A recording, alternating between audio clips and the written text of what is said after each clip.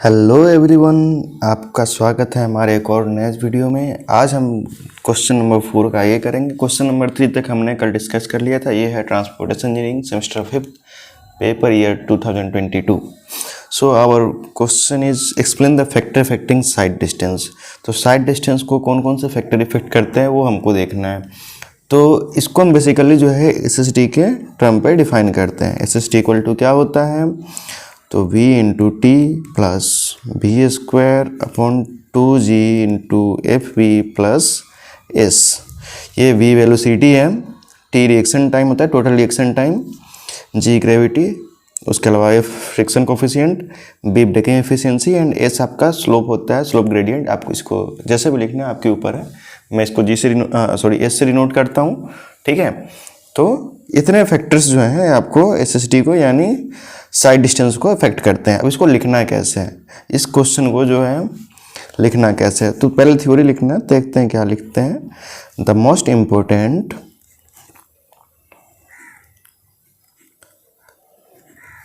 Consideration in all these is that the driver traveling at the design speed of the highway, ठीक है, must have sufficient carriageway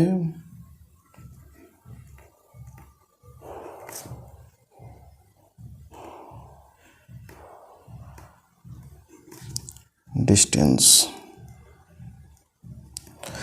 within his lane.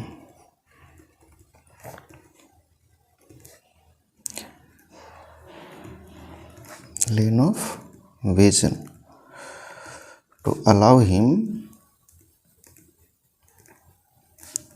to stop his vehicle before क्या colliding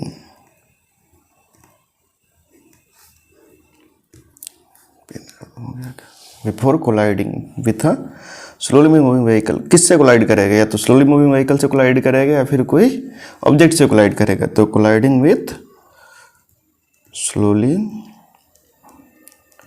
moving vehicle और stationary object.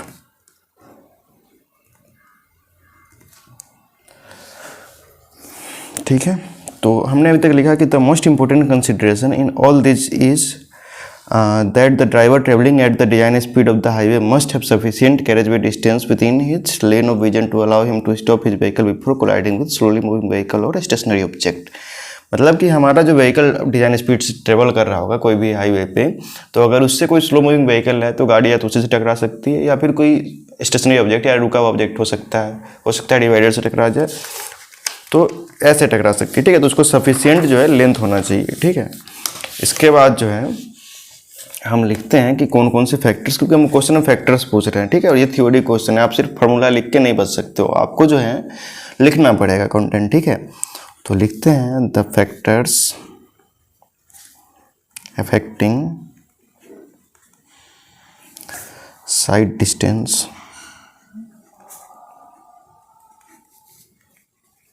Are as follow.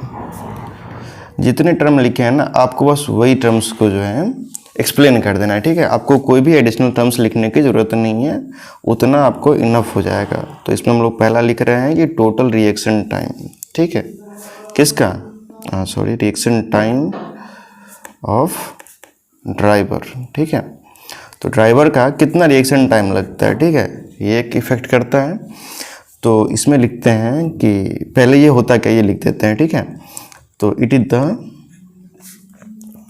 Time taken from the instant of instant from the instant the object to visible to the driver, मतलब जब driver को जो है कोई object दिखता है और to the instant brake applied effectively. ठीक है, इफेक्टिवली का मतलब आपको आगे समझ में आ जाएगा कि ब्रेक इफेक्टिवली क्या होता है। तो यही बोल रहा है कि ये कितना टाइम होता है। तो जब कोई भी ऑब्जेक्ट को ड्राइवर देखता है और जब गाड़ी को रोकता है तो रुकने में जो लगा समय और जो आपका परसेप्शन में जो टाइम लगा उसको टोटल रिएक्शन टाइम बोलते हैं। ठीक है, अब इसमें और लिख देंगे कि the reaction time depends on, किन किन चीज़ों पर डिपेंड करेगा, डिपेंड्स ऑन मेनी फैक्टर्स। ये खुद में जो है बहुत सारे फैक्टर्स पे डिपेंड करेगा कितना टाइम लगता है। जैसे कि क्या हो सकता है कि ड्राइवर का स्किल कितना है, वो कितना होता है ना, नौसिखिए लोग, तो उनके ऊपर भी डिपेंड करता है। फिर उसके अलावा टाइप ऑफ ऑब्स्ट्रक्शन, कैसा रुकावट है, उसके हिसाब से टाइम डिफरेंट वेरिएशन आ सकता है। इन्वायरमेंट कैसा है, इन्वायरमेंट कंडीशन ऑफ फॉग वगैरह में है तो आपको क्लोज से ही दिखेगा। और भी बहुत सारे रीजन्स हो सकते हैं, इन्वायरमेंटल कंडीशन। और एक और फैक्टर होता है जो कहीं कहीं आपको थोड़ा मजाकिया टाइप का लगेगा, वो होता है एज, किसकी क्या एज है। ठीक है, वो भी परसेप्शन टाइम में काफ़ी मैटर करती है। ठीक है, इसके अलावा आपको दूसरा फैक्टर लिख लेना है साइड इफेक्टिंग में। साइड डिस्टेंस को कौन कौन इफेक्ट करता है उसमें, design velocity the most important one. ठीक है, कि भैया डिजाइन स्पीड कितना है, तो लिखेंगे during the total reaction time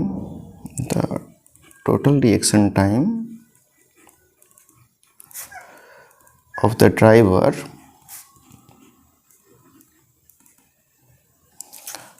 the distance traveled or moved by the vehicle is किस पर डिपेंड करेगा, डिपेंड्स ऑन डिजाइन स्पीड। कितना स्पीड है उतना ही उसका perception time plus brake efficiency होगा, तो ब्रेक में लगाने में टाइम लगेगा। ठीक है, उसके अलावा क्या हो सकता है कि if the speed of the vehicle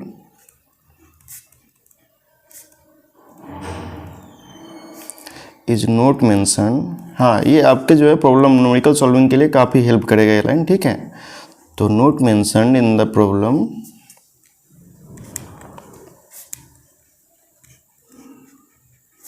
then consider design speed of the highway as design speed. अच्छा, यहाँ पे डिजाइन स्पीड दो बार है तो आप कंफ्यूज मत हो ना।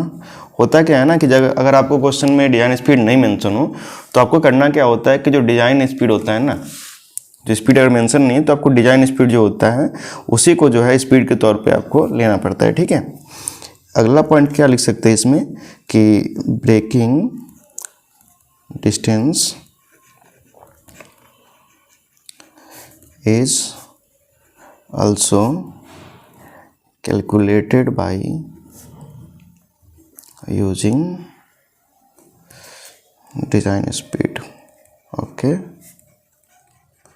ब्रेकिंग डिस्टेंस क्या होता है समझते हो ना। ब्रेकिंग डिस्टेंस मतलब कि जब आपने ब्रेक अप्लाई किया और कितना डिस्टेंस ट्रेवल कर गया उसने रुकने से पहले, तो उससे क्या बोलते हैं, उसे ब्रेकिंग डिस्टेंस बोलते हैं। ठीक है, आपका तीसरा फैक्टर क्या हो सकता है, देखो भाई फैक्टर्स मैंने एकदम सीधा यहीं से ले रहा हूँ। वेलोसिटी, रिएक्शन टाइम, ये acceleration due to gravity, friction, braking efficiency and gradient. आपको सारी चीज़ें यहीं से लेना है। बस एक ये फार्मूला जो है ना आपका ये पूरा क्वेश्चन करवा के जाएगा और ये बहुत ही अच्छा क्वेश्चन है, काफ़ी सिंपल और अच्छा क्वेश्चन है। ठीक है, तो अपना तीसरा है ब्रेकिंग इफिशियंसी। ठीक, ब्रेकिंग इफिशियंसी अब ब्रेकिंग एफिशिएंसी और कोफिशिएंट ऑफ फ्रिक्शन में क्या अंतर है? तो देखो कोफिशिएंट ऑफ फ्रिक्शन बताता है कितना फ्रिक्शन जनरेट हो रहा है, बट जो कॉन्टैक्ट एरिया होता है जिसकी वजह से जो है एफिशिएंसी मतलब ब्रेक अप्लाई के तो कितना लग रहा है, 100% लग रहा है कि नहीं लग रहा है, तो वही होता है ब्रेकिंग एफिशिएंसी, कितना सही लग रहा है वो बताता है। ठीक है, तो इसमें लिखते हैं कि एफिशिएंसी ऑफ ब्रेक किस पे डिपेंड करेगा? Depends upon the age and characteristics of vehicle और of the vehicle. If we say, आप चाहो तो ये लाइन स्किप कर सकते हो, बट आपको कंटेंट बढ़ना पड़ेगा। अगर आपको नंबर चाहिए तो कंटेंट बढ़ना पड़ेगा, थ्योरी में तो भाई बढ़ना ही पड़ेगा। if we say the brakes are 100% efficient, ठीक है, 100% efficient अगर हमारा ब्रेक है तो it means the vehicle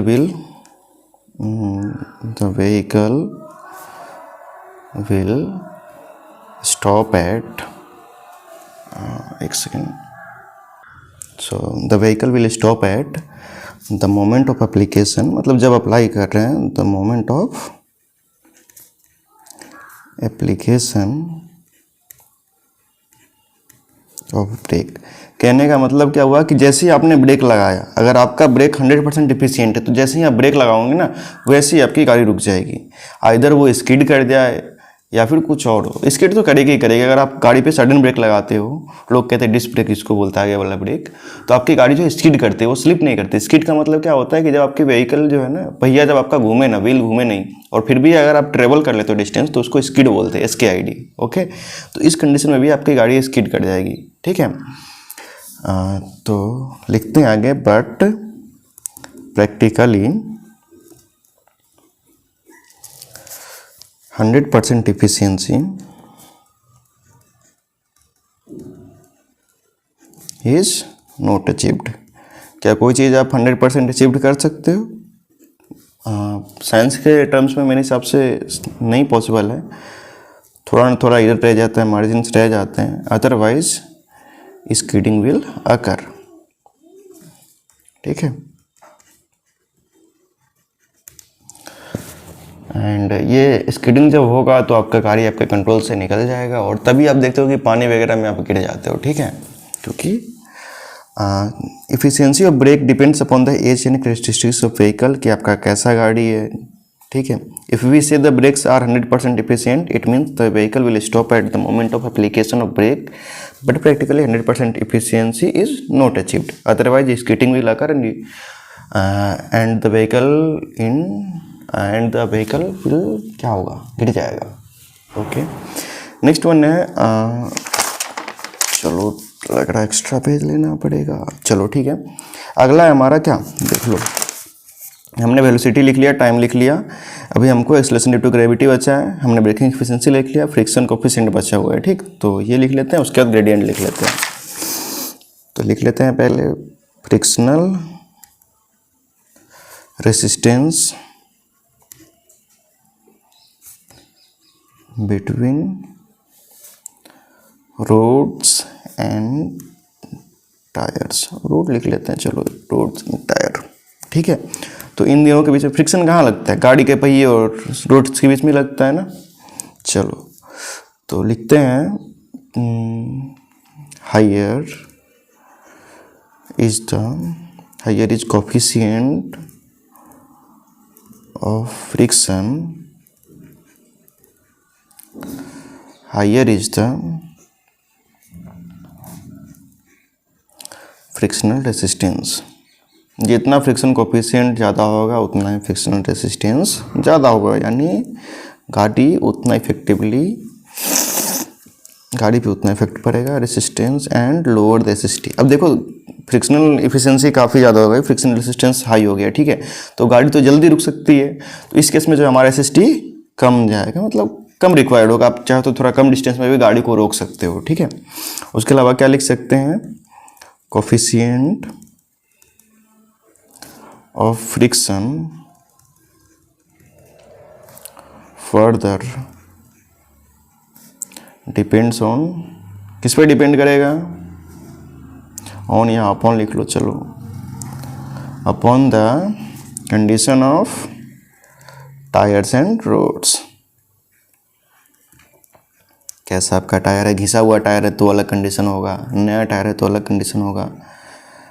अच्छा, आप लोग कमेंट में बताना कि बरसात के मौसम में इन रेनी सीजन कौन सा नया टायर अच्छा होता है या घिसा हुआ टायर अच्छा होता है, और यही चीज़ नया टायर या घिसा हुआ टायर गर्मी में कौन सा अच्छा होता है। ठीक है, आप लोग तो डेफिनेटली बाइक्स यूज करते ही होंगे, मे बी आप अदर व्हीकल भी यूज करते होंगे, तो मैं एक्सपेक्ट कर रहा हूँ कि आप इसका आंसर कमेंट सेक्शन में दे रहे हो। ठीक है, if you know and if you don't know तो यू मस्ट नो कि आपको कब यूज़ करना चाहिए नया व्हीकल या कब लगाना चाहिए व्हीकल, बोल रहा हूँ व्हील। ठीक है, तो आपको ये पता होना चाहिए। अब हमको बच गया है ये एस। आई होप कि आपने पिछला पेज अच्छे से देखा होगा, स्लाइड्स में नहीं आए होंगे तो देख लो। ठीक है, चलो, ये यहाँ से था।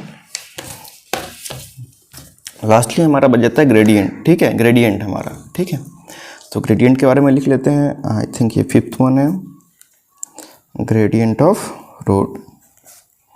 ग्रेडियंट मतलब ढलान होता है, चढ़ाई या ढलान, समझ रहे हो, सॉरी, रोड। ठीक, तो इसमें लिख लेते हैं। ठीक है, gradient can be increase, can increase और decrease the speed of vehicle, so braking efficiency,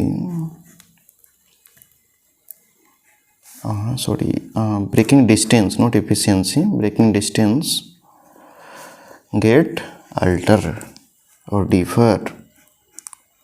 इसका मतलब क्या हुआ कि देखो, जब अगर आप ऊंचाई की तरफ जा रहे हो, ठीक है, तो अगर आप ब्रेक लगाओगे तो वो नीचे की तरफ आने की कोशिश करेगा। वही अगर आप नीचे की तरफ जा रहे हो, कोई रोड अगर हाईवे से नीचे आ रहे हो आप, तो उस केस में आपका जो है ग्रेडियंट क्या है, नीचे की तरफ जा रहा होगा, तो आपका जो है ब्रेकिंग एफिशिएंसी वहाँ पे भी नीचे जाने की कोशिश करेगा। तो ये अल्टर करता है, वेलोसिटी को जो है चेंज कर सकता है, स्पीड जो है यहाँ पे आपका वेरी करेगा। ठीक है, तो ये हमारा क्वेश्चन नंबर 4 का ये यहीं पे खत्म होता है। अब हम चलते हैं क्वेश्चन नंबर 4 के बी की तरफ। So let's discuss question number 4b, and in it is mentioned that the driver of vehicle traveling 60 kmph up a gradient require 9 meter less to stop after he apply brakes। मतलब कोई driver जो है वो travel कर रहा है 60 kilometre per hour से, और उसको जो है 9 मीटर कम डिस्टेंस ट्रेवल करना पड़ रहा है स्टॉपिंग साइड डिस्टेंस के लिए, मतलब 9 मीटर कम लग रहे हैं। ठीक है, as compare to a driver travelling at same speed down the same gradient, मतलब ग्रेडियंट सेम है और सेम स्पीड से ट्रेवल कर रहे हैं। ठीक है, जिसका f जो है 0.4 है, तो व्हाट इज प्रेजेंट ग्रेडियंट, मतलब अभी क्या ग्रेडियंट पे वो ट्रेवल कर रहा है, ये पूछ रहा है। ठीक है, तो सबसे पहले हम लोग गिवन डाटा लिख लेते हैं। गिवन वेलोसिटी v जो है दोनों के लिए जो सेम है वो 60 kmph है। ठीक है, एंड उसके अलावा जो है बोल रहा है कि f का वैल्यू जो है फ्रिक्शनल कोएफिशिएंट वो 0.4 है। ठीक, एंड कंडीशन मेंशन है इसमें कि जो एज्यूम दैट कि हम लोग ब्रेकिंग डिस्टेंस को एस मान लेते हैं। ठीक है, braking distance equal to s. ठीक है, क्योंकि यहाँ पे देखो यार, क्वेश्चन में ब्रेक अप्लाई करने के बाद डिस्टेंस 9 मीटर कम ट्रेवल कर रहा है ये बताया, तो हमको पार्टिकुलरली जो है ब्रेकिंग डिस्टेंस पे ही क्वेश्चन सॉल्व करना है। दिस इज सब part of SST, not an SST. ठीक है, ये सब पार्ट है उसका। ठीक है, तो इसको सॉल्व करना है। तो इसका फार्मूला क्या होता है, तो s equal to braking distance s equal to v square upon 254 f plus n%। ठीक है, इसमें ब्रेकिंग डिस्टेंस ठीक है, उसके अलावा इसको जो है अब सॉल्व करना है। तो कंडीशन हमको बोला है कि जो S1 है वो S2 से 9 मीटर कम लेता है रुकने के लिए। ठीक है, क्वेश्चन में यही मेंशन है। ठीक है, तो 9 मीटर कम लेता है, S2 9 मीटर ज़्यादा ले रहा है, और दोनों को बराबर करने के लिए S2 में से जो 9 मीटर ज़्यादा ले रहा था उसमें से अगर 9 घटा देंगे, जो कि हमारा ये है, तो हमारा दोनों बराबर हो जाएगा। तो हमने वही कंडीशन का यूज़ किया। ठीक है, अब देखो S1 और S2 में हमको फार्मूला पुट कर देना है। तो v square upon 254 into f plus n%। n हमारा यहाँ पे ग्रेडियंट है। ठीक है, स्लोप ग्रेडियंट है। पिछले क्वेश्चन में हमने शायद इसको s से डिनोट किया था, तो ये आप एडजस्ट कर लीजिएगा, दोनों भी सेम है, upon 254 f plus n%, okay, minus 9। अब कुछ लड़के सोच रहे होंगे इसको काट दो। अच्छा, एक और चीज़ आपको मैं बता देता हूँ, क्वेश्चन में ये बोला है कि जो पहले जो है ये अप ग्रेडियंट पे चल रहा था, ठीक है, ये अप ग्रेडियंट है, तो ये जो है अप ग्रेडियंट वाला क्या हो जाएगा, नेगेटिव, ठीक है, डाउन ग्रेडियंट वाला पॉजिटिव, ठीक है। दूसरा में बोल रहा है डाउन ग्रेडियंट, ठीक है, इसीलिए यहाँ पे हमने पॉजिटिव लिया है, ठीक, सॉरी नहीं दिख रहा था, यहाँ पे हमने पॉजिटिव लिया, ये डाउन ग्रेडियंट का है, ठीक, और ये अप ग्रेडियंट का है, इसलिए यहाँ पे नेगेटिव लिए हैं, ठीक। अब दोनों डाटा जो है सेम है, तो हम लोग एक साइड ले आते हैं, यानी 9 को इधर भेज देते हैं और ये पूरे टर्म को जो है इधर लेके आ जाते हैं, ठीक है। इसके बाद एक साइड लेके आ जाते हैं, तो 9 इधर आ गया, equal to v² upon 254 f plus n% minus v² upon 254 f minus n%, ठीक है। ये हमने एक साइड लेके आ गया। अब हमें क्वेश्चन में पता है कि v का वैल्यू और f का वैल्यू क्या है, ठीक है, तो हमने वो पुट कर देनी है। तो 9 यहाँ पे था, v का वैल्यू 60 का स्क्वायर अपॉन 254, अभी ये डाटा रहने देते हैं, ठीक है, f और n को, कैलकुलेशन हमारा इजी होगा, ठीक है, 60 का square upon 254 f plus f minus n%, ठीक है, ये माइनस है। अब देखो यहाँ पे 60 कॉमन है और 254 कॉमन है, तो इस दोनों टर्म को इधर भेज देते हैं, तो ये हो गया हमारा 9 इंटू 254 अपॉन 60 का square equal to 1/f plus n% minus 1 upon f minus n%, ठीक। इसको बाद में कैलकुलेट कर लेंगे।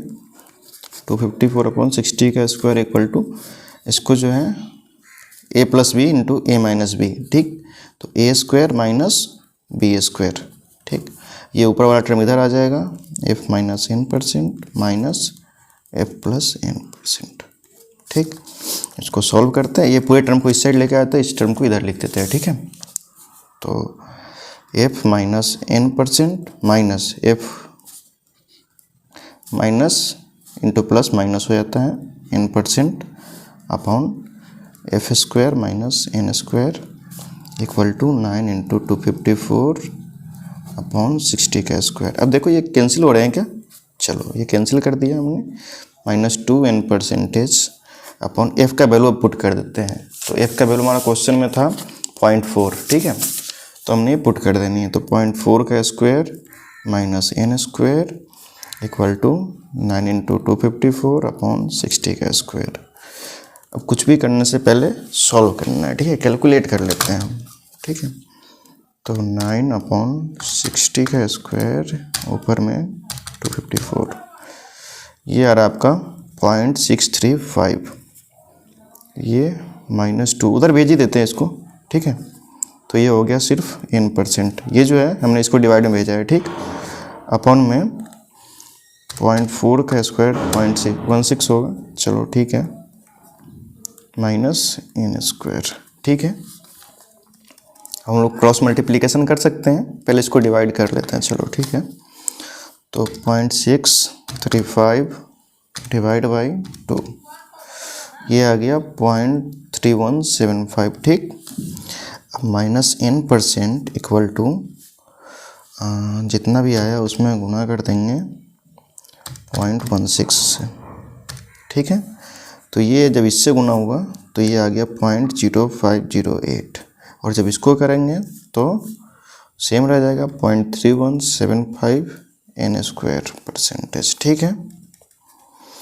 अब इसको हम लोग सॉल्व कर लेते हैं, तो ये इसको सारे टर्म को एक साइड लेके आ जाते हैं, 0.3175 n² minus n minus 0.0508 equal to 0। अब इसको सॉल्व कैसे करेंगे, देखो मीनू में एक इक्वेशन का आता है कहीं पे, आई थिंक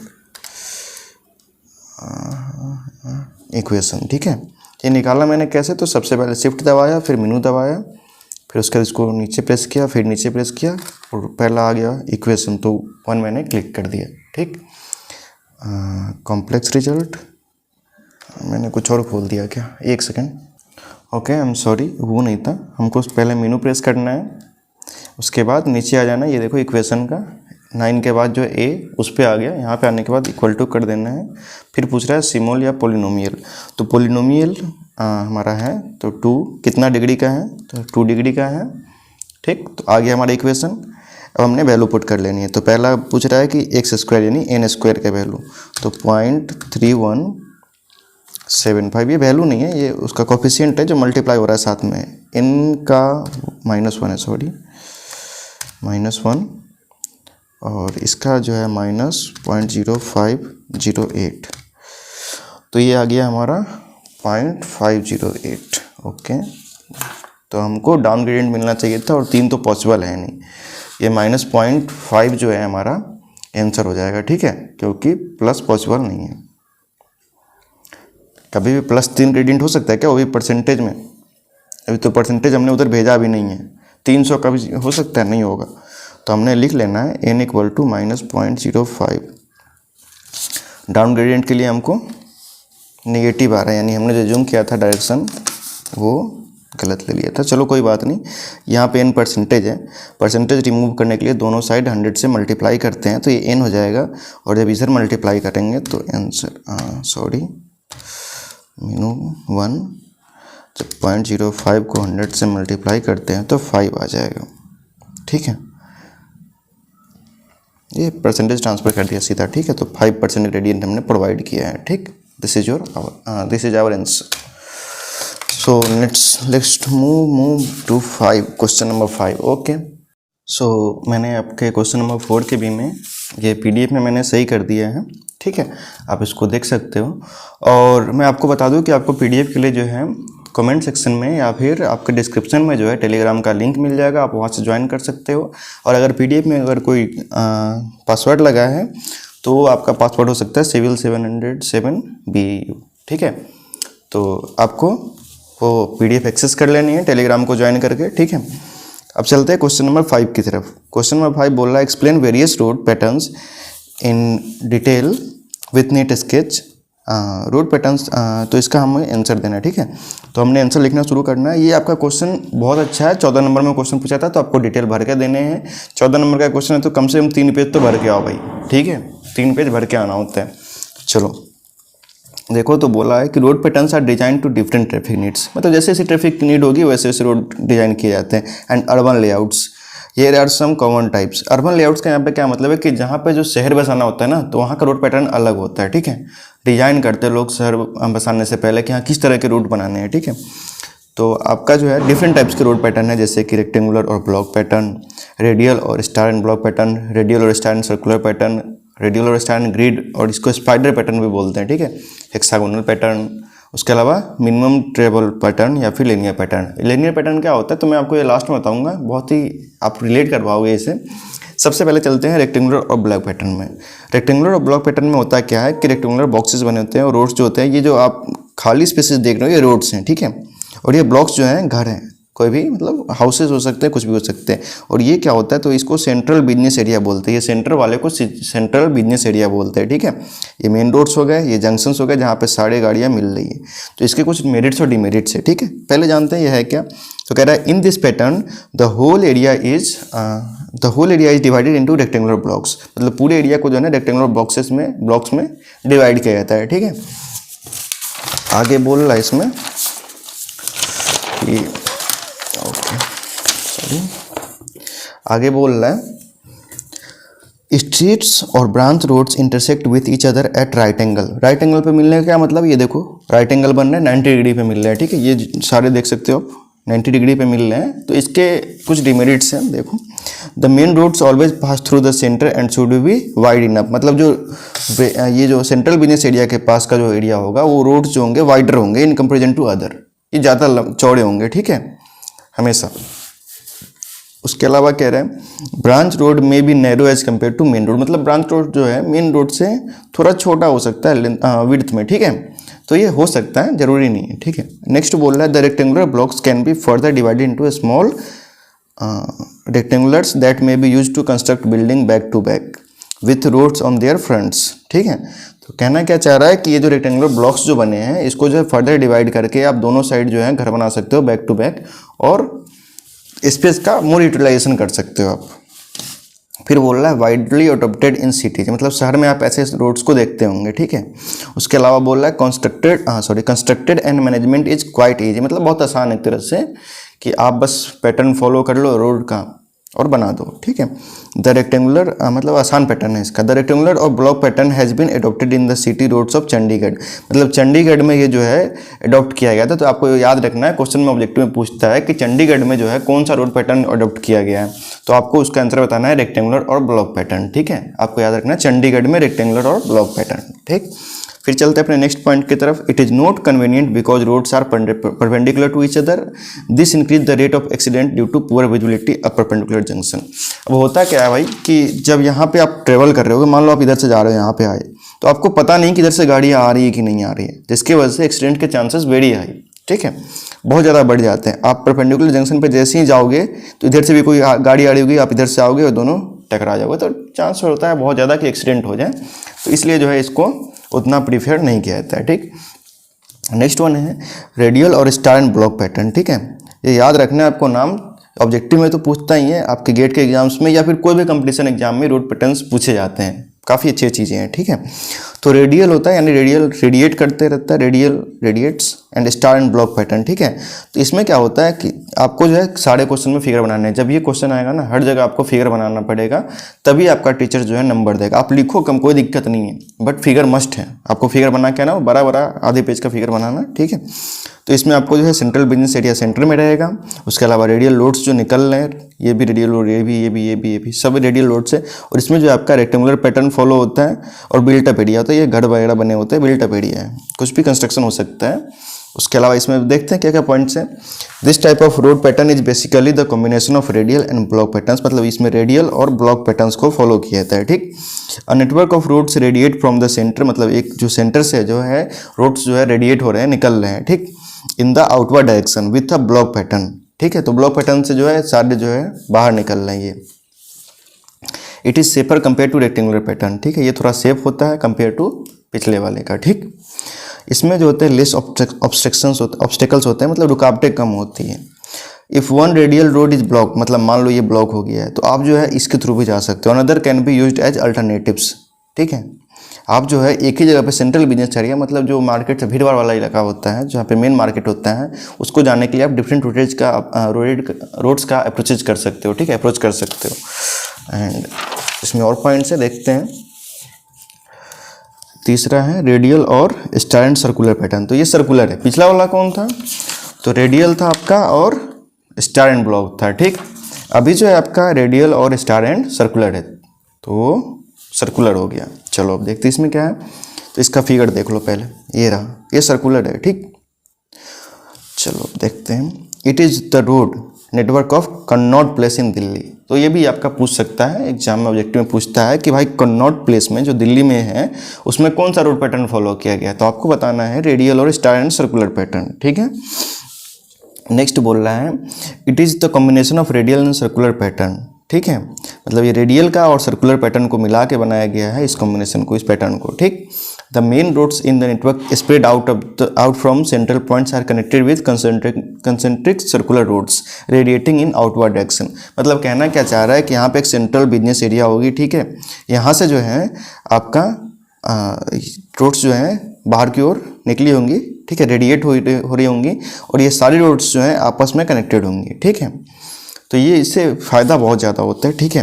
देखो कैसे, इसमें एक चीज़ और रिंग रोड के बारे में शायद थ्योरी में बताया, नहीं बताया तो मैं लास्ट में मेंशन करता हूँ।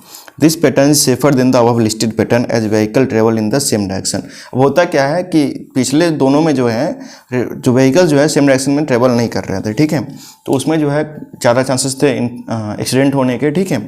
लेकिन इसमें जो है ऐसा नहीं है, ये जो है सेम डायरेक्शन में ट्रेवल करती है, तो इसमें दिक्कत नहीं होता है। Better traffic management due to presence of roundabouts. अब राउंड अबाउट्स मतलब होता है एक तरह से गोलंबर, ठीक है, तो राउंड अबाउट के होने की वजह से जो है आपका जो है सेफ तरीके से व्हीकल जो है मूव कर पाती है सेफली। उसके अलावा providing a good curve while implementing this pattern is quite challenging, मतलब इसमें जो है कर्व प्रोवाइड करना थोड़ा चैलेंजिंग हो जाता है। There is a necessary proper provision of traffic signal and road marking and lightning to alert the driver that they are approaching a roundabout. मतलब यहाँ सब पे सिग्नल्स वगैरह लगाने पड़ते हैं कि हाँ भाई आप राउंड अबाउट पहुँच रहे हो, किधर से गाड़ियाँ घूमनी है, आपको टर्न लेना है, तो ये सब आपको दिखाना पड़ता है, तो ये थोड़ा सिग्नल्स वगैरह देने पड़ते हैं इसमें। अब देखो इसमें रिंग रोड बना होता है, मतलब रिंग रोड का मतलब क्या हुआ कि तरह से रिंग पैटर्न फॉलो कर रहा है, आपको घूमना पड़ेगा, ठीक है। ये हो गया आपका स्टार और ग्रिड, सॉरी रेडियल और स्टार एंड सर्कुलर। अब आता है आपका रेडियल और star and grid spider. Grid मतलब, ठीक है, इसमें क्या होता है, स्पाइडर टाइप का बना होता है ग्रिड। ये देखो आपका ये जो निकल रहा है ये रोड्स हैं, ये रोड्स हैं, ठीक, ये भी रोड्स हैं, ये भी रोड्स है, ये आपका सेंट्रल बिजनेस एरिया है। तो बोल रहा है कि this pattern is formed by combining star and grid pattern, ठीक है। तो इसमें स्टार और ग्रिड पैटर्न को लिया गया था, दोनों को कंबाइन करके ये पैटर्न को बनाया गया है। फ्रॉम द, आपको की पॉइंट्स बस याद रखना, आप एग्जाम में लिख के आओगे, बस समझो बातों को, ठीक है। और समझने के बाद आपका लिखने में बस थ्योरी लिखने का थोड़ा होना चाहिए आइडिया, नहीं अगर आइडिया है तो आप क्वेश्चन प्रैक्टिस करना शुरू करो, हो जाएगा आराम से। आप 5th सेमेस्टर तक आ गए हो तो मुझे आइडिया है कि आप कर ले रहे होगे। From the centre a radial network of roads radiate outward, मतलब सेंटर से जो है रेडियल रोड्स जो होते हैं वो आउटवर्ड डायरेक्शन में निकले होते हैं। The grid pattern is use to interconnect the main radial street, ठीक है। ग्रिड पैटर्न का फॉलो किया था यहाँ पे भी। It increase the efficiency of land uses, मतलब ये लैंड यूजेज की इफिशियंसी को इंक्रीज कर सकता है, जितना भी जमीन है उसको प्रॉपर यूज़ करता है, ठीक। High cost of construction for additional traffic light and roads marking, तो इसमें आपको रोड मार्किंग्स जो होते हैं, बोर्ड लगे होते हैं, साइन बोर्ड्स, और उसके अलावा आपको जो है सिग्नल्स जो प्रोवाइड करते हैं तो उसमें काफ़ी ज़्यादा खर्चा आ जाता है, ठीक है। इसके अलावा है कि Nagpur road plan were prepared assuming star and grid pattern, ये बहुत इंपॉर्टेंट है, बहुत इंपॉर्टेंट। इवन कि यूपीएससी में एक बार साथ पूछा है, मुझे इतना याद है कि नागपुर रोड प्लान में कौन सा पैटर्न फॉलो किया गया था। तो आप सोच सकते हो कि आपकी यूनिवर्सिटी में, आपके यूनिवर्सिटी एग्जाम में कितना इंपॉर्टेंट है। उसके अलावा हेक्सागोनल पैटर्न क्या होता है, तो ये दोनों पैटर्न उतने इंपॉर्टेंट नहीं है, मैं बता देता हूँ। हेक्सागोनल पैटर्न में इस टाइप के कुछ पैटर्न बने होते हैं, ठीक है। ये सारे रोड्स के हैं, जो आपको खाली एरिया दिख रहा है ये रोड्स हैं, ठीक। तो ये होता है हेक्सागोनल पैटर्न। इसके अलावा एक और होता है जो कि मैंने आपको बोला था स्टार्टिंग में बताऊँगा, दैट इज़ कहाँ गया, एक लीनियर पैटर्न था। लीनियर पैटर्न क्या होता है, अब आप लोग सोच रहे होगे कि भाई तुमने सारे पैटर्न बता दिए, लेकिन हमारे घर साइड जो रोड बने हुए हैं वो कौन से पैटर्न को फॉलो किए हुए हैं। तो वो जो होता है लीनियरली पैटर्न को फॉलो किया होता है, वो एकदम बस सीधा रोड्स होते हैं ऐसे एकदम, ठीक है। ये आपके जो रोड्स हो गए, इसमें जो रोड्स कनेक्टेड हैं तो ये लीनियर में आ जाते हैं, ठीक है, सिंपल वाले में। तो वो रहता है आपका लीनियर रोड पैटर्न, ठीक। चलते हैं क्वेश्चन नंबर 6 के ए की तरफ, ठीक है। So our next question is question number 6a, in which it is stated that explain total reaction of driver and the factor on which it depends, मतलब driver का टोटल रिएक्शन जो होता है वो क्या होता है और किन किन फैक्टर पे जो है ये डिपेंड करता है, मतलब रिएक्शन टाइम ओवरऑल पूछ रहा है हमसे, ठीक है। तो लिख देंगे, लिखना शुरू करते हैं। The total reaction of a driver refers to the combination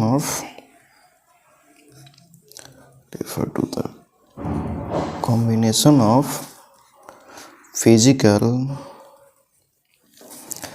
and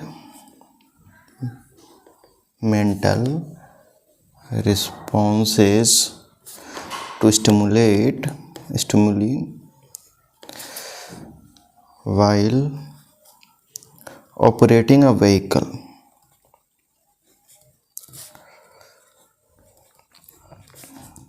It includes actions like steering, okay, braking and acceleration, as well as cognitive process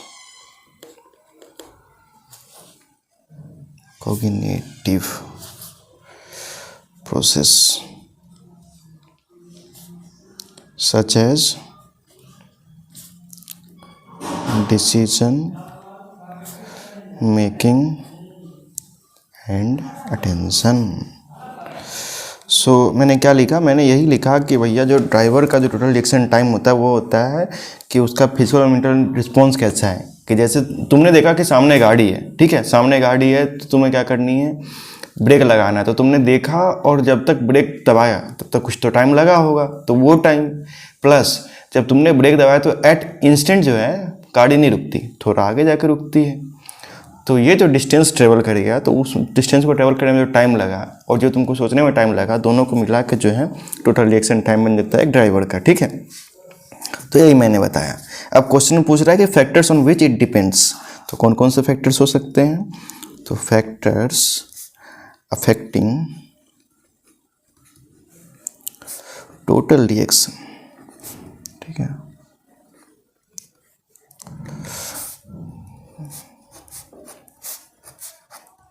ठीक है, तो पहला इसमें लिख देंगे परसेप्शन।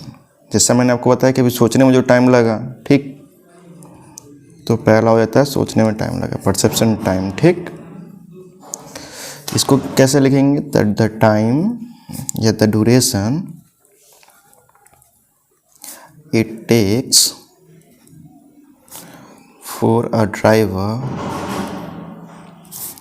टू रिकॉग्नाइज, मतलब पहचानने में, and recognise stimulus,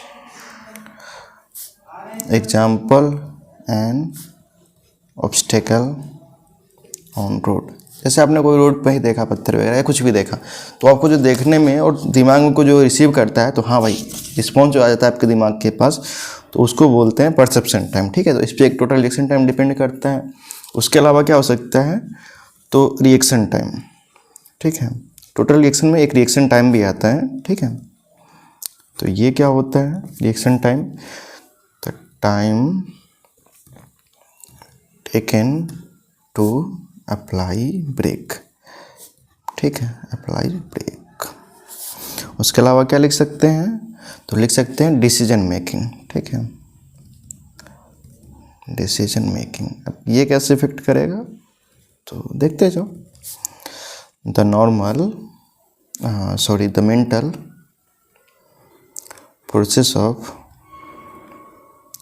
mental process of choosing a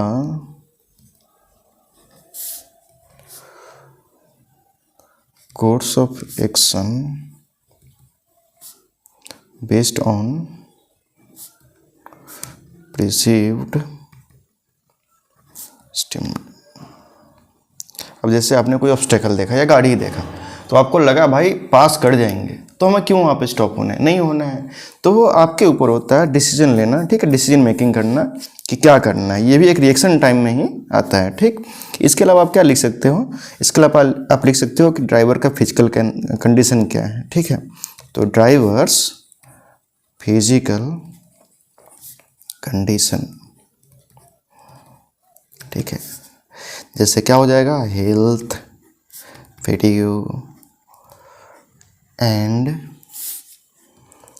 impairment. IMPARMENT।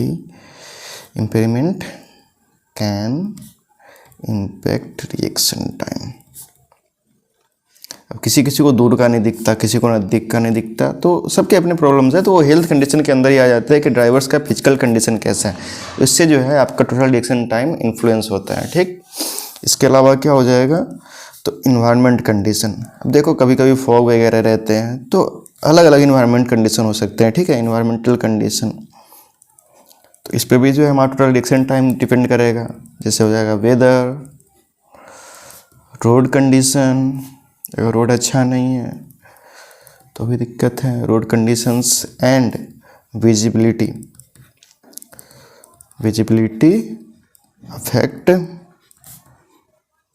How a driver respond, मतलब वो कैसे रिस्पॉन्ड करेगा, उसको कितना रिएक्शन टाइम लग जाएगा। ठीक है, उसके अलावा और क्या लिख सकते हैं हम लोग? तो और लिख सकते हैं डिस्ट्रैक्शंस। भैया डिस्ट्रैक्शंस भी तो होता है बहुत सारे। अब कहीं पे झगड़ा हो रहा है, आप रोड से जा रहे हो तो गर्दन को मारते हो, अरे भाई क्या मैटर हो गया, देखते हैं। तो ये सब चीज़ें भी हैं जो आपको इफेक्ट करती है। ठीक है, मतलब रिएक्शन टाइम को इफेक्ट करती है। External factors diverting drivers attention can delay reactions. ठीक है, तो ये आपका क्वेश्चन नंबर 6 का ये होता है। ठीक है, ये यहाँ पे ख़त्म हो जाता है। ये शायद 3 नंबर का क्वेश्चन था, 3.5 का, आई डोंट नो। ठीक है, बट ये कम नंबर का था, तो ये क्वेश्चन यहीं पे ख़त्म होता है। इसके बाद चलते हैं क्वेश्चन नंबर 6 के बी की तरफ। ठीक है, तो आई होप कि ये आपको दिख रहा होगा। 1 मिनट में हाईलाइट कर देता हूँ। So question number 6 b it is asked that explain PIEV theory, कि पीआईईवी थ्योरी क्या है। तो पीआईईवी थ्योरी क्या है, सबसे पहले हम समझते हैं पीआईईवी का क्या मतलब है। तो P stand for perception, I stand for intellection, E stand for emotion and V stand for violation. ठीक है, तो ये क्या होता है, आपके स्पाइनल कॉर्ड और ये ब्रेन है। ये ब्रेन है पूरा का जो दिमाग है, और ये स्पाइनल कॉर्ड है जो इसका ही सब पार्ट होता है ब्रेन का ही, जो नर्व्स होती है पीठ से होते हुए जाती है। ये स्टिमुलस है, मतलब कोई कंडीशन आपने रिसीव किया, उसका इंटलेक्शन हुआ, फिर इमोशन क्या है आपका, उसके बेसिस पे जो आपका ब्रेन जो एग्जीक्यूट किया, तो वायलेशन मतलब एग्जीक्यूशन एक तरह से समझ सकते हो, यहाँ से एग्जीक्यूट करके आपका रिस्पॉन्स आता है। ठीक है, तो इन सारे टर्म्स को हम लोग बारी से पढ़ेंगे। ठीक है, तो इस फिगर को जो है क्या बोल सकते हैं हम लोग, PIEV प्रोसेस। आप क्वेश्चंस को जो है एग्जाम में जो है मस्ट है कि आप फिगर बना के आएँ। ठीक है, सारे क्वेश्चन में एटलीस्ट जहाँ भी पॉसिबल हो फिगर या फिर टेबल बना के शो करें। इससे जो है टीचर काफ़ी खुश होता है, अट्रैक्ट होता है टुवर्ड्स योर आंसर। ठीक है, तो चलिए शुरू करते हैं। हम देखते हैं इसमें कि क्या है। तो लिखते हैं द PIEV थ्योरी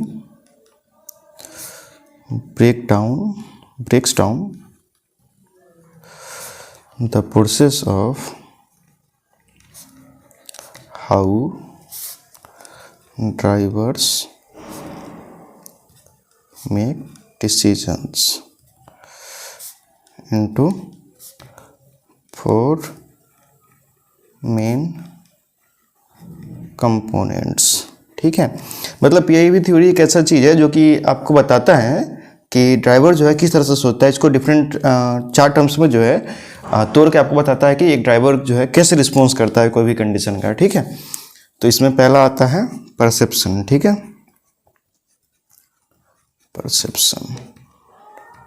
परसेप्शन को जो है P से डिनोट कर रहे हैं। ठीक है, तो ये क्या होता है, तो the time required for the sensation received by the eyes। ठीक है, और ईयर्स सिर्फ हम आँख से देख के थोड़े करते हैं, कान से भी तो सुनते हैं हॉर्न की आवाज़। ठीक है, ड्राइवर टू बी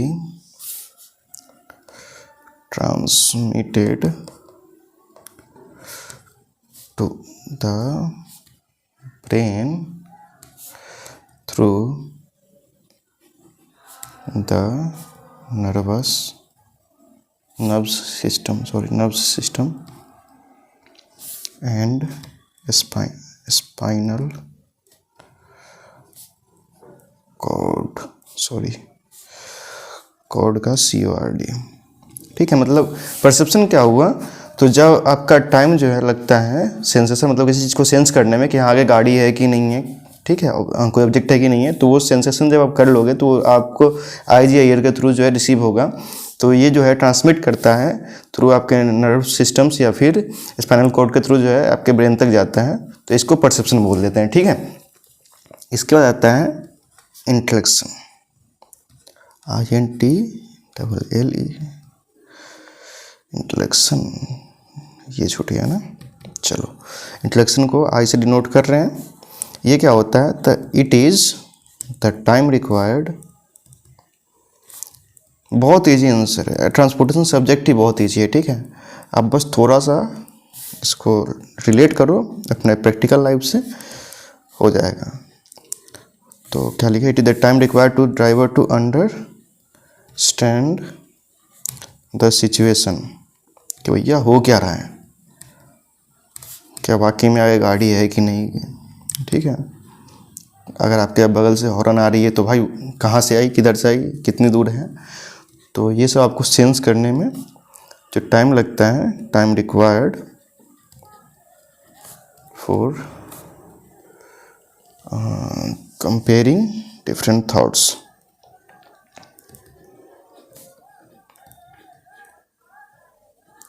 तो ये हो गया आपका क्या, इंटेलेक्शन। इसके बाद आता है तीसरा हमारा, सॉरी नहीं दिखा हुआ, तो इंटेलेक्शन ये हो गया। इसके बाद आता है हमारा तीसरा, इमोशन। ठीक है, एकदम सिंपल है, कैसे आप खुद ही अपने अंदर सेंस करते हो जब ड्राइविंग करते हो, तो वही हम लोग अभी देख रहे हैं। ठीक है, तो इमोशन, इमोशन को ई से डिनोट कर रहे हैं।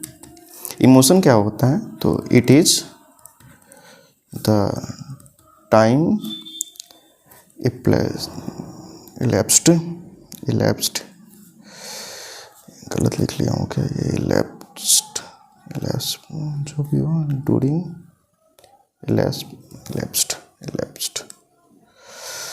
ये वर्ड देख लेना जरा, elapsed during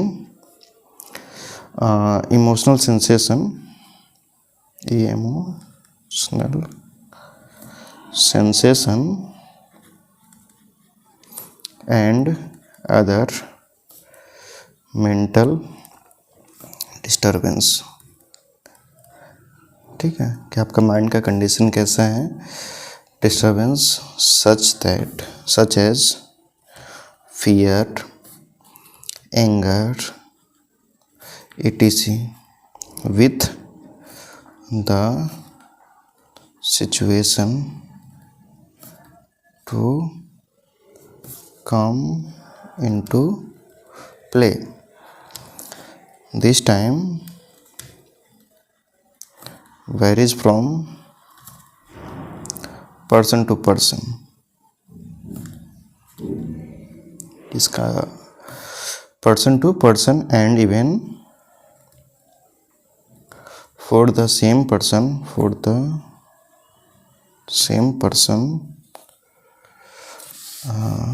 and even for the same person in different situations। कि सेम पर्सन के डिफरेंट सिचुएशंस में कैसे हो सकते हैं, तो देखो जैसे आप ड्राइविंग कर रहे हो, ठीक है, आपने मान लो एक कार चला रहे हो, ठीक है, और होगा क्या, आपके पीछे कोई बार बार हॉर्न दे रहा होगा, तो आपको गुस्सा आ जाता है कि भाई इरिटेट हो रहा है कि देखो ट्रैफिक है, जब आगे क्लियर होगा तभी तो मैं बढ़ूंगा ना, तो वो गुस्सा आ गया, तो आपका इमोशन हो गया। ठीक है, एंगर हो गया आप। तो आप अपने गुस्से को कितने देर तक झेल सकते हो सकता है ना, कुछ लोग जाते हैं झगड़ा कर लेते हैं। तो यही होता है कि सबका अपना अपना होता है परसेप्शन, इमोशन टाइम, और कुछ लोगों का ये खुद में एक ही इंसान में इवन ये वेरी कर सकता है। ठीक है, तो ये हो गया हमारा emotion. And the last one is violation, मतलब क्या एग्जीक्यूट हो रहा है। ठीक है, इसके अलावा चलो पहले वायलेशन देख लेते हैं, वोलिएशन जो भी हो, वोलिएशन वायलेशन, ये हो गया आपका फोर्थ टर्म। इसको वी से डिनोट कर रहे हैं। तो ये क्या होता है, it is the time taken by a driver for final action, कि उसको करना क्या है, उसने सोच लिया है अब। लाइक एप्लीकेशन ऑफ ब्रेक, मतलब वो ब्रेक लगाने वाला, उसने सोचा कि भाई अब ब्रेक लगाते हैं या फिर अब मूव कर लेते हैं। तो ये उसके माइंड में जो है चल रहे थे, और लास्टली वो वायलेशन हुआ, वो एग्जीक्यूट हुआ। ठीक है, तो इट इज़ ऑल्सो पॉसिबल।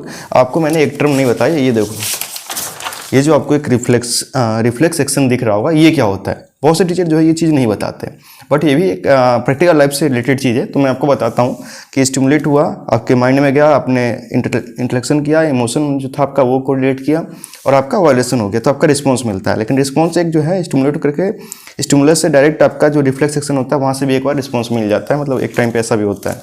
तो ये क्या होता है वो देखते हैं। तो it is also possible that the driver may apply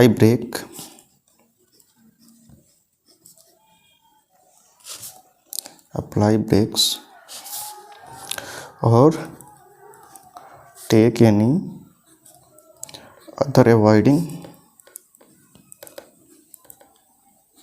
action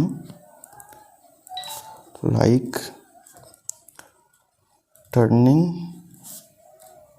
by the reflex action without normal thinking process. मतलब आप जो नॉर्मल थिंकिंग प्रोसेस है उससे हटके भी कभी कभी कुछ कर लेते हो। कभी कभी ऐसा होता है कि आपको टाइम नहीं मिलता कि भाई सोच पाऊँ। अब गाड़ी सामने दिख रही तो आप क्या करोगे? अब मान लो बाइक ही चला रहे हो, सामने कोई बच्चा दौड़ गया रोड पे, तो उस टाइम पे क्या करना पड़ता है आपको? या तो गाड़ी को टर्न ले लो, इधर उधर घुमा लो। तो उस टाइम पे ना आपके माइंड में सोचने की टाइम नहीं मिलती, आपको बस तुरंत रिस्पॉन्ड करना पड़ता है। आपने देखा सिचुएशन और रिस्पॉन्स किया, यू कांट एनालाइज कि हमको क्या करना है, ठीक है। तो सर्टेन कंडीशन में जो है डायरेक्ट जो है आपका रिफ्लेक्स एक्शन के थ्रू जो है आप एग्जीक्यूट कर देते हो। अब लास्ट में जो है आप एक पैराग्राफ मतलब एक लाइन लिख सकते हो टीचर को अट्रैक्ट करने के लिए, अपने आंसर के लिए। तो IRC रिकमेंडेड रिएक्शन टाइम, ठीक है, रिकमेंड किया है IRC ने। तो एक किया है 2.5 सेकेंड, एक 2 सेकेंड। किसके किसके लिए? तो ये है आपका ये SST के लिए है, ये OST के लिए है, ठीक है। तो ये क्वेश्चन आपका 6 का B भी खत्म होता है। अब चलते हैं क्वेश्चन नंबर 6 के C की तरफ, ठीक है। So in question number 6C it is mention that write a note on factor affecting friction offered by pavement surface. मतलब पेमेंट सरफेस से जो है क्या जो है फ्रिक्शन ऑफर्ड होता है ठीक है, और इसको कौन कौन मतलब फैक्टर्स जो है अफेक्ट करते हैं, ठीक है। तो लिखते हैं friction between vehicle tyres and payment surfaces is crucial for road safety, ठीक है, जरूरी है भाई। several factors influence the friction offered by the payment, ठीक है। तो बहुत सारे फैक्टर्स होते हैं, देखते हैं कौन कौन से हैं। एक तो आप लिख सकते हो क्या, सरफेस का टेक्सचर कैसा है, स्मूथ सरफेस है, कितना रफ है, जितना रफ होगा उतना फ्रिक्शन ज़्यादा होगा। अब एक चीज़ ये भी इंपॉर्टेंट है कि भाई हमको फ्रिक्शन क्यों चाहिए। तो बिना फ्रिक्शन के आपका गाड़ी मूव नहीं करेगा, और बिना फ्रिक्शन के अगर आप मूव करना चाह रहे हो मूविंग कंडीशन में, अगर फ्रिक्शन 0 आता है तो आप गिर जाओगे, ठीक है, आपकी गाड़ी जो है स्लिप कर जाएगी, ठीक है। तो सरफेस टेक्सचर देखते हैं, तो लिखते हैं इसमें कि द रफनेस और smoothness of the pavement surface significantly affect friction. Affect the friction या affect friction. A rougher surface generally provided. अगर आपको स्लो लग रहा है तो आप 2x पे देख सकते हो, ठीक है, या फिर 1.5x पे। आई डोंट थिंक कि आप 2x पे देख सकते हो, but 1.5x is good for you if कि आपको स्लो लग रहा है। सरफेस जनरली प्रोवाइड्स मोर ग्रिप, ठीक है। जो रफर सरफेस होगा वो मोर ग्रिप प्रोवाइड करेगा। ये specially in wait condition, reducing the likelihood of किसका, स्किडिंग का। आई एम सॉरी कि मैंने स्लीपिंग कहीं पे बोला था, स्किडिंग होगा ये, ठीक है। अभी मैंने कुछ देर पहले कहीं पे स्लीपिंग मैंने बोल दिया था। और क्या हो सकता है इसमें, तो इसमें हो सकता है मटेरियल, ठीक है, कंपोजिशन की, कौन से मटेरियल यूज़ किए हो उसके ऊपर भी डिपेंड करेगा रफनेस, और रफनेस के ऊपर डिपेंड करेगा आपका फ्रिक्शन। तो इसमें लिखेंगे the type of materials used in pavement construction influences. आपको कुछ नहीं, बना के बातें लिख देनी, बस आपको ये जो है ना मेन पॉइंट्स याद होनी चाहिए कम से कम, ठीक है। बाकी आप लिख लोगे। इन्फ्लुएंसेस फ्रिक्शन, सर्टेन मटेरियल्स, यहाँ पे फुल स्टॉप हो जाएगा। Certain materials like open graded asphalt are designed to enhance skid resistance। Okay, इसके अलावा और क्या लिख सकते हो? ये हमने लिखा मटेरियल कंपोजिशन में कि जो मटेरियल के ऊपर भी वेरिएशन आएगा, जैसे जैसे मटेरियल यूज करेंगे वैसे वैसे हमारा रफनेस जो है वेरी करेगा, ठीक है। इसके अलावा हम लोग तीसरा लिख सकते हैं सरफेस कंटेमिनेशन प्रेशर ऑफ, ठीक है। सरफेस कंटेमिनेशन देखते हैं कि सरफेस पे ऐसे कुछ गिर जाता है, जैसे कि मैं अपना एक बात बता रहा हूँ कि रोड से जब मैं आ रहा था तो फेविकॉल का डब्बा वहाँ पे गिर गया था, ठीक है। तो पूरा फेविकॉल रोड पे फैला हुआ था, तो वहाँ से जब एक बाइक गई तो वो बाइक स्लिप कर गई, ठीक है। तो वही है कि सरफेस कंटेमिनेशन की, उस पर जो है कैसा कंटेमिनेशन हुआ है नहीं हुआ है, ये सारी चीज़ें, ठीक है।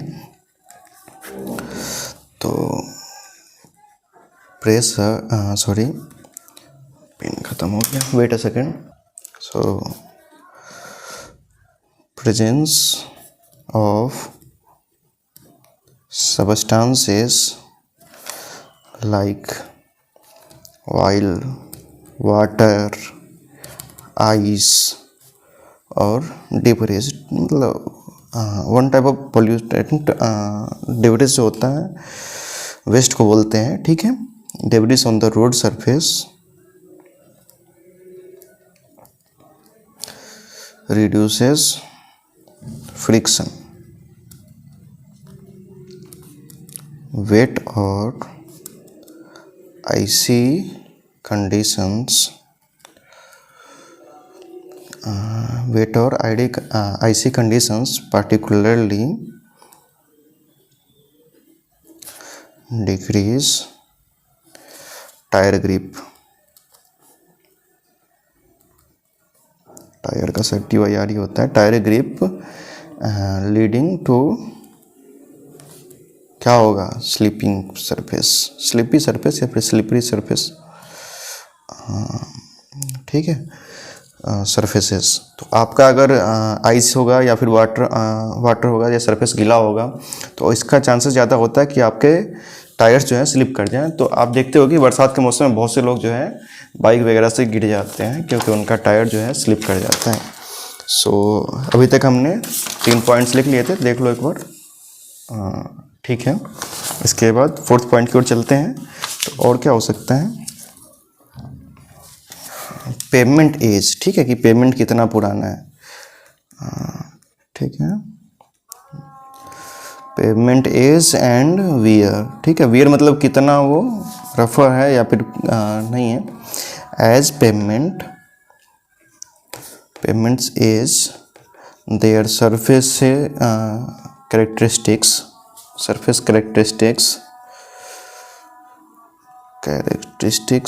Change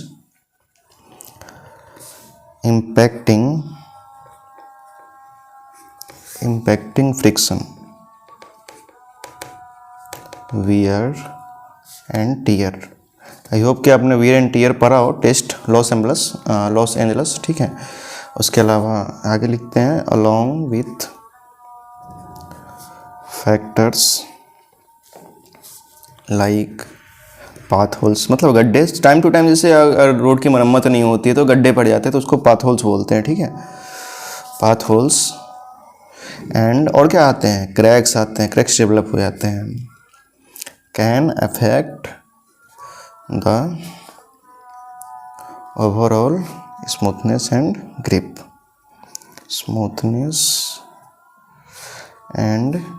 grip, okay. सो ये हमारा हो गया पेमेंट एज एंड वियर की। टाइम टू टाइम जो है मतलब समय के साथ जो है क्रैक्स और क्या होंगे, गड्ढे हो जाएंगे रोड्स में, ठीक है। तो इसके बाद और क्या लिख सकते हैं इसमें, तो टेम्परेचर वेरिएशंस होते हैं, ठीक है, और पेमेंट मेंटेनेंस होते हैं। चलो ट्राई करता हूँ दोनों को एडजस्ट करने का। इसमें टेम्परेचर, तो इसमें क्या लिखेंगे, payment temperature plays a role in friction। Writing के लिए थोड़ा सॉरी, नेक्स्ट टाइम से मैं ट्राई करूँगा कि मैं पहले लिख के आऊँ। एक्सट्रीमली हॉट, एक्सट्रीमली हॉट और कोल्ड कंडीशन कैन अल्टर मतलब चेंज, ठीक है, alter the interaction between tyres and the road surface affect grip में, इसका होगा अफेक्टिंग ग्रिप, ठीक है। चलो एडजस्ट करता हूँ इसी में, अफेक्टिंग ग्रिप, ठीक है। एंड द लास्ट वन 6 में क्या हो जाएगा, पेमेंट मेंटेनेंस, कि कभी कभी पेमेंट की मेंटेनेंस होती है जिसकी वजह से भी आपका जो है इन्फ्लुएंस होता है मेंटेनेंस। तो हमने लिख रहा था फैक्टर अफेक्टिंग फ्रिक्शन, ठीक है। तो पेमेंट मेंटेनेंस पे भी, मेंटेनेंस से भी जो है इफेक्ट होता है आपका फ्रिक्शन। तो regular maintenance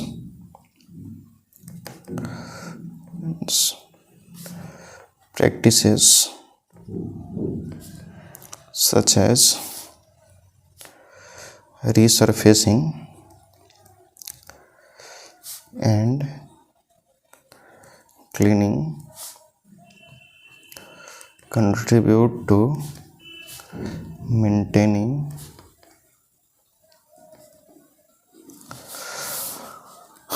optimal friction levels, ठीक है। तो आगे इसमें छोड़ दे रहा हूँ मैं, इसके आगे हो सकता है कि well maintained road surfaces generally offer better grip, मतलब जो अच्छे से मेंटेन होता है सरफेस उस पर अच्छा खासा ग्रिप बनता है, ठीक है। तो ये आपका क्वेश्चन नंबर 6 कंप्लीट होता है। टोटली 6 का सी यहाँ पे ख़त्म हो रहा है, तो 6 क्वेश्चन कंप्लीट हो चुके हैं। अब नेक्स्ट पार्ट में आपका 7 to 9 क्वेश्चन अपलोड हो जाएगा। Thank you and I hope कि आपने जो क्वेश्चंस मैंने बोले थे वो कमेंट कर दिए होंगे। We will meet soon.